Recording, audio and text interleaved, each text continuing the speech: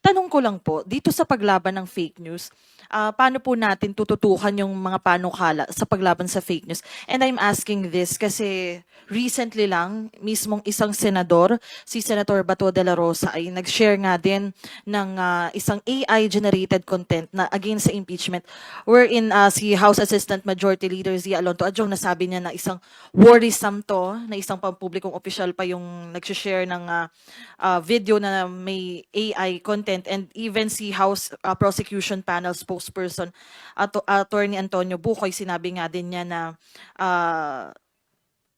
kumbaga he's propagating alay. Sa panig po ng liderato ng Kamara, ano po masasabi nyo rito? At doon din update sa paglaban sa fake news. Bilang mga opisyal ng bayan, may tungkulin tayong lahat na magtaguyod ng katotohanan.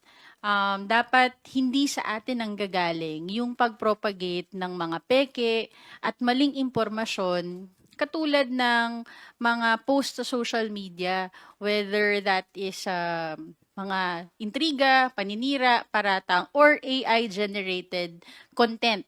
No? Nakakalungkot pag public official pa ang gumagawa nito dahil nasa posisyon ang isang public official para ma-steer ang public sentiments, ang pananaw ng tao, at also bilang ehemplo din sa mamamayan. Kaya nga dapat maging responsable tayo. Hindi lang to irresponsable, kundi delikado para sa mga opisyal ng bayan na nagpo-propagate at inahayaan ang mga fake news at disinformation na lumalaganap.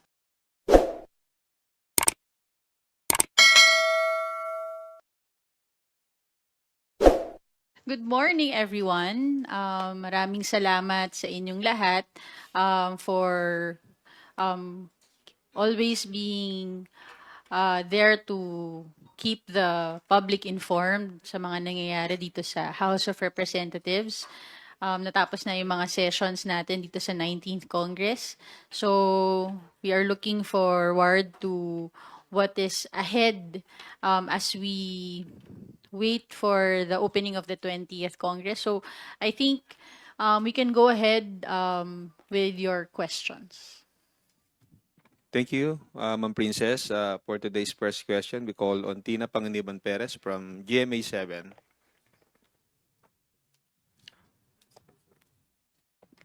Good morning po, Attorney.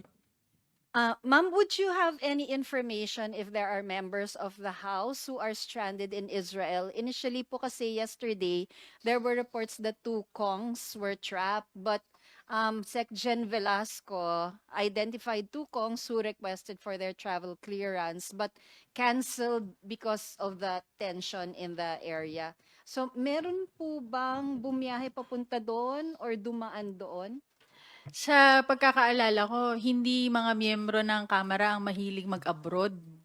Pero ganun pa man, sa pagkakaalam ko, walang members ng 19th Congress ang nasa Israel ngayon. Following the statement of Secretary General, I think may mga nagplano pero hindi natuloy. Pero again, from what I was informed, walang members ng 19th Congress ang nasa Israel at this time. Thank you po. Thank you, Tina. Billy Vegas from Abante Politico. Please proceed with your questions. Ma'am, magandang umaga po. Ma'am, tatanong ko lang po, may tugon po ba yung House dun sa mga patutsada ng mga senador dun sa wage hike? Kasi sabi nila, tayo raw yung dito raw nagtagal, tapos parang ang dating mamadaliin sila, tapos kasalanan pa nila. Well, tungkol sa wage hike bill, dito klaro sa akin. Napag-research ko naman yung tungkol sa panukala ng Kamara for the 200 peso wage hike bill. Hindi lang kasi tungkol sa amount ng gusto nating iangat na sahod eh. Kasama sa version ng House, yung mga proteksyon din na ibibigay sa mga small, medium enterprises, mga exemptions, transitional provisions para dahan-dahan ang pag-implementa ng batas kung pagbigyan ng pagkakataon na maupuan ng Senado at ng Kamara yung final versions ng both houses. Kaya yung usapin um, na matagal na ipasa ng Kamara yung House version dahil hindi lang naman siya isang bagay na tinaas lang natin yung sahod. Pinag-aralan din at inalam na to make sure na balanse yung batas na maipapasa ng Kamara. Hindi lang tong para sa manggagawa, pero para din sa mga negosyo na pwedeng maapektuhan dahil gusto natin pangkalahatan yung magiging epekto ng legislated wage hike bill. Ma'am, tanong ko na rin po yung sinabi ni Senator Amy. Parang pampintura lang daw yung budget na ibinigay sa San Juanico Bridge. Ba't daw po ganun? Well, ito public records naman to, no, yung mga budget allocated for the San Juanico Bridge since 2018 pa. Even the time na bago pa naging speaker si Speaker Martin Romualdez. And bilang isang taga Tacloban, as the representative for that region, talagang part of his advocacy to ensure na may akmang mga pondo para sa mga programa at proyekto sa kanyang pinaglilingkuran. Makikita natin na tuloy-tuloy naman ang naging budget allocation para sa San Juanico Bridge for its maintenance, rehabilitation.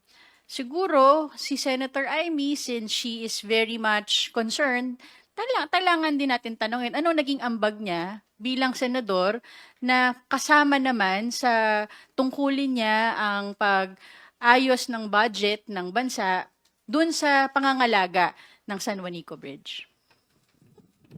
Thank you po. Thank you, Billy. Melalis Moras from PTV4. Hi, good morning, Attorney Princess. Ma'am, follow-up lang po sa Israel. I understand na walang kongs, pero may mensahe po ba yung Kamara sa mga kababayan nating naiipit doon, lalo na may mga naitatala ng nasaktan at may mga gusto na rin magpa-repatriate po? Yes, the House, of course, will tututukan ng Kamara yung sitwasyon ngayon sa Israel at inaasahan naman natin na ang Department of Foreign Affairs will do its job to protect our citizens at makikipag-ugnayan din tayo sa ahensya to ensure na lahat ng ating mga kababayan, may posisyon ka man o wala, ay mapoprotektahan sa sitwasyon ngayon na nangyayari sa Israel.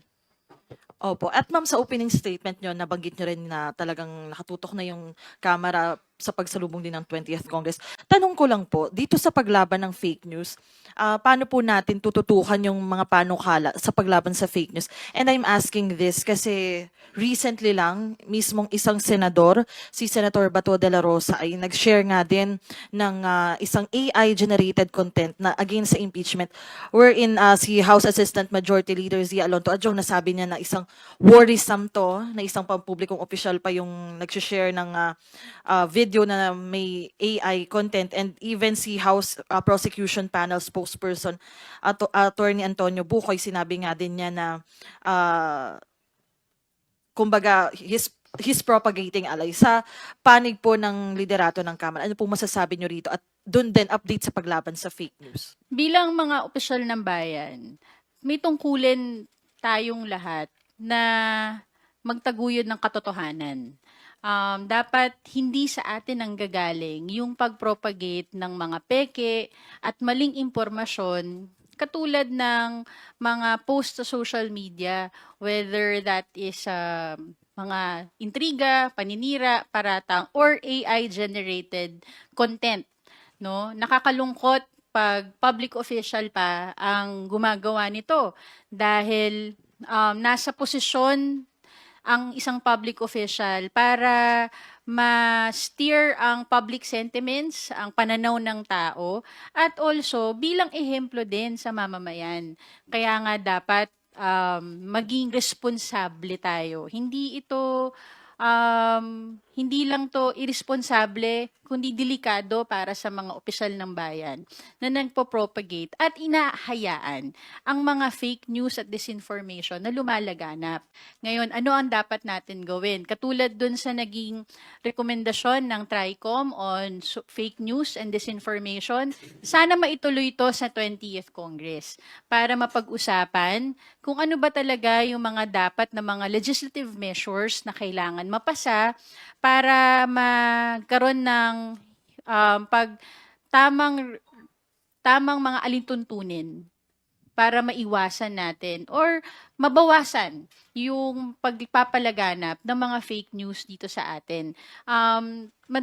Hindi lang apektado ang mga public officials pag fake news at disinformation. Mga regular na mamamayan, madami na tayong nakita na mga ganyan na naapektuhan ang kanilang buhay, mental health, emotional well-being, including fear of their physical well-being na pinanggagalingan because of fake news, disinformation sa social media. So we need to be, unang-una as public officials, be the example to be the ones to lead yung propagation ng tama at accurate na information. Sabi nga lagi, the truth shall set us free, not AI, not fake news.